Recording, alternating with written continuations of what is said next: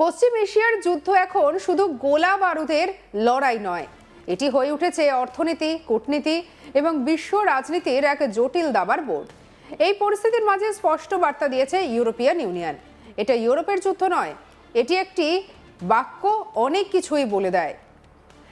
একদিকে আমেরিকার নেতৃত্বের সামরিক পদক্ষেপ, অন্যদিকে ইউরোপের সতর্ক দূরত্ব।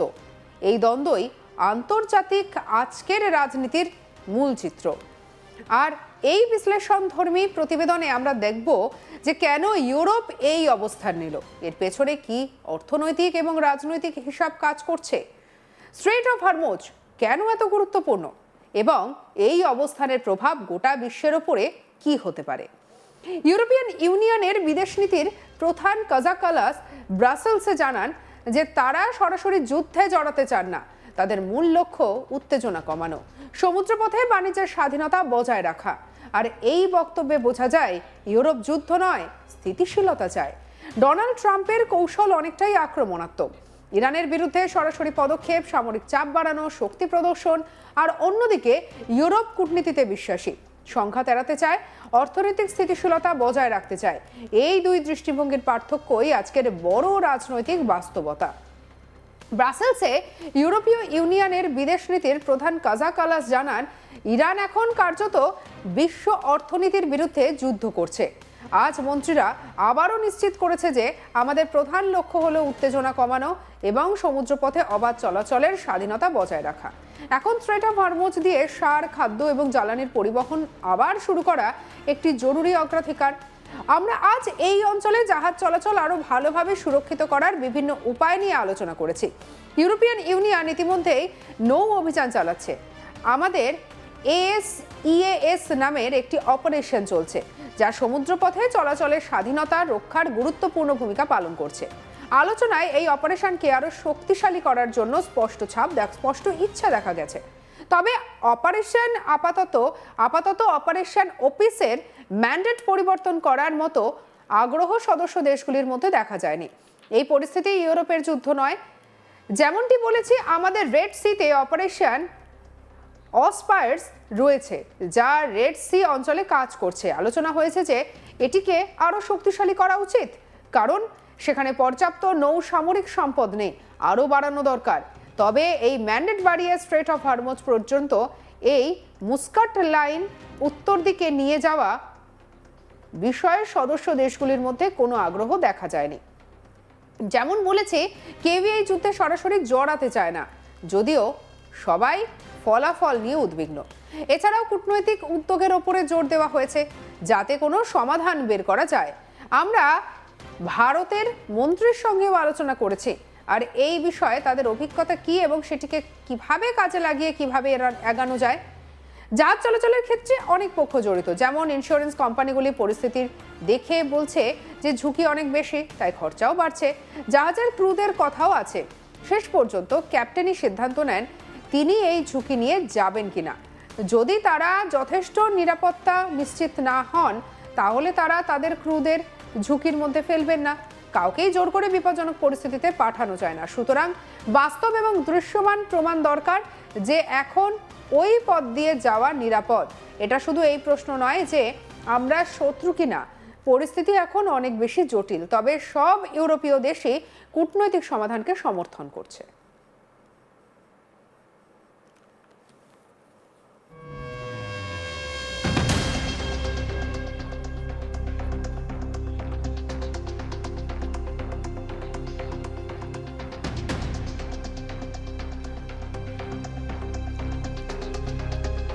এরপর আমরা ইউক্রেন যুদ্ধ নিয়েও আলোচনা করেছি। মস্কো এই পরিস্থিতি থেকে লাভবান হতে পারে, কারণ জ্বালানির দাম বাড়ছে এবং ইউক্রেন থেকে আকাশ প্রতিরক্ষা ব্যবস্থার দিকে কিছু মধ্যপ্রাচ্যের দিকে সরিয়ে নেওয়া হচ্ছে।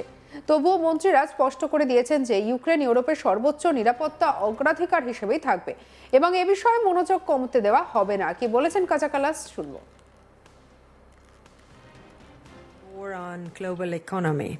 Ministers reaffirmed today that our focus is de-escalation and also to the freedom of navigation.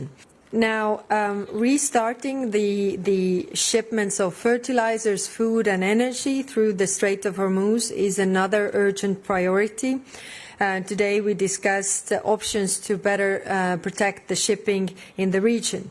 EU already has naval operations in place. We have Aspides that plays a key role in safeguarding the freedom of navigation. There was, in our discussions, a clear wish to strengthen this operation, but for the time being, there was no appetite in changing the mandate of the Operation Aspides. For now. This is not Europe's war, and this situation in the region, we have the Operation Aspides, as I said, in the Red Sea. The discussion was that it should be strengthened because it doesn't have too many naval assets. It should have more. But the discussion on whether we are, also extending this mandate to cover the Strait of Hormuz to go north from the Muscat line, there was no appetite from the member states to do that. As I said, this is nobody wants to go actively in this war, and of course everybody is concerned what will be the outcome. What was stressed as well was the diplomatic outreach to have solutions. We were also discussing with the minister from India what kind of experience they have in this regard and whether there could be possibilities to really take this forward. There are so many players at stake when it comes to the shipping. You have the insurance companies who are also reading papers and saying that, there's a huge risk, so the prices go up. There's also the crews of the ships. So captain is eventually making the decisions whether the ship goes and takes this risk or not. So if they are not, assured enough, they are not putting their crews at risk. And nobody can force the crews to go to the dangerous situation. You have to have, concrete, tangible results to show that now it is, peaceful and safe to go through. It's not only the assessment whether we are the enemies or we are not the enemies. It is very complicated, and definitely all the European support for a diplomatic solution. Then we discussed war on Ukraine. Moscow stands to gain from higher energy prices and the diversion of air defenses from Ukraine to the Middle East. Ministers were clear that Ukraine remains European top security priority, and attention for Ukraine will not be allowed to fizzle out. সঙ্গে রাখুন আজ তাক বাংলাকে অন্যান্য খবরের জন্য subscribe করতে ভুলবেন না।